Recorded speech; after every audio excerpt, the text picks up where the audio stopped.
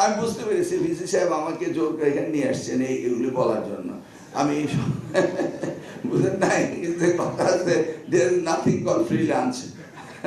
আমি বললাম যে আমি ব্রেকফাস্ট করিনি, তাড়াতাড়ি চলে আসছি, আমার জন্য একটা স্যান্ডউইচ নিয়ে আসলো।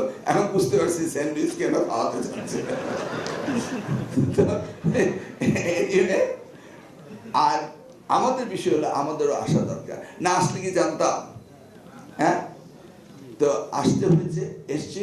আর এটা খুব সুন্দর করেছেন উনি, কারণ মন্ত্রী সচিব একত্রে মুভ না করলে কাজ হয় না। উনি সচিবকে দাওয়াত দিয়েছেন, ডিজিকেও দাওয়াত দিয়েছেন।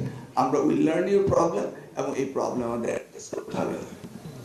আর আপনারা কি অ্যাড্রেস করবেন, that I want to know.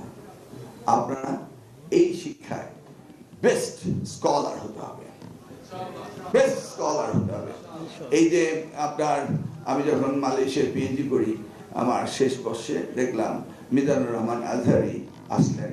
উনি তখন ওখানে আন্ডারগ্রেড শুরু করলেন, পরে পিএইচডি করলেন। ইউসি স্কলার হয়ে আসছে, আল আজহার ইউনিভার্সিটি গিয়েছে বাংলাদেশ থেকে, তারপর Islamic, so many Islamic scholar international Islamic ইউনিভার্সিটিতে।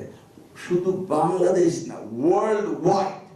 আমরা তো সোশ্যাল সায়েন্স, আমরা অন্য ডিপার্টমেন্টে, ওখানে মেডিকেল রয়েছে, ইঞ্জিনিয়ারিং রয়েছে, সব রয়েছে, প্রত্যেকটা ডিপার্টমেন্টই ভালো।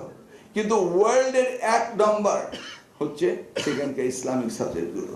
চিন্তা করেন, আমরা তো এটা করতে পারতাম। তা আমাদের এটা করতে হবে। করতে হলে কি করতে হবে? We need the scholar to make scholar. আপনি যদি স্কলার হয়ে টিচিং এ না আসতে পারেন, তাহলে আমরা স্কলার তৈরি করবো কিভাবে? Am I right?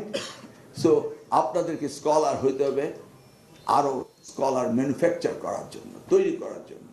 অতএব সকলকে সিরিয়াসলি লেখাপড়া করতে হবে, no matter what subject. In the mean time আমাদের পপুলেশন ইজ হিউজ। এই পপুলেশনকে আমাদেরকে কনভার্ট করতে হবে ম্যান পাওয়ারে। সেই জন্য